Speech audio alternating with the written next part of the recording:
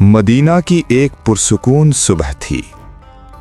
بازار میں لوگ اپنے اپنے کاموں میں مصروف تھے۔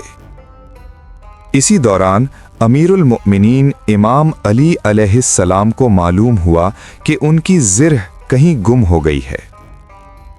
چند دن گزرے۔ ایک دن امام علی علیہ السلام بازار سے گزر رہے تھے کہ اچانک ان کی نظر ایک آدمی پر پڑی۔ وہ ایک یہودی تھا اور اس کے پاس وہی زرہ موجود تھی۔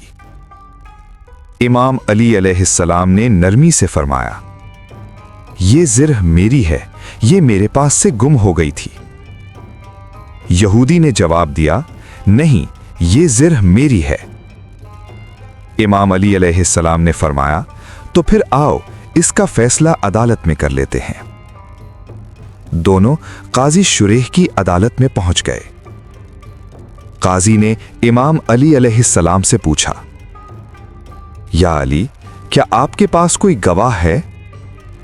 امام علی علیہ السلام نے فرمایا، میرا بیٹا امام حسن علیہ السلام گواہی دے سکتا ہے کہ یہ زرہ میری ہے۔ قاضی شریح نے ادب سے عرض کیا، یا امیر المؤمنین، بیٹے کی گواہی باپ کے حق میں قبول نہیں کی جا سکتی۔ عدالت میں کچھ دیر خاموشی چھا گئی۔ پھر قاضی نے فیصلہ سنایا۔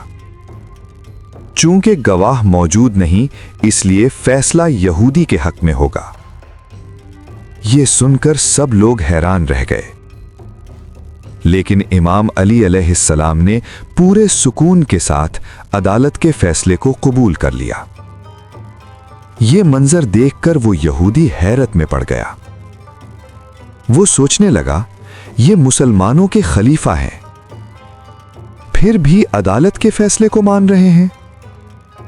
اسی لمحے اس کا دل بدل گیا۔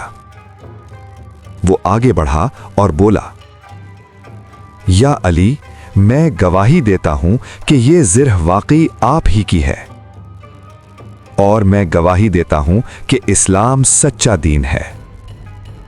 یوں وہ یہودی اسی وقت مسلمان ہو گیا۔ سبق: سچا عدل اور انصاف ایسا کردار ہے جو دشمن کے دل کو بھی بدل دیتا ہے۔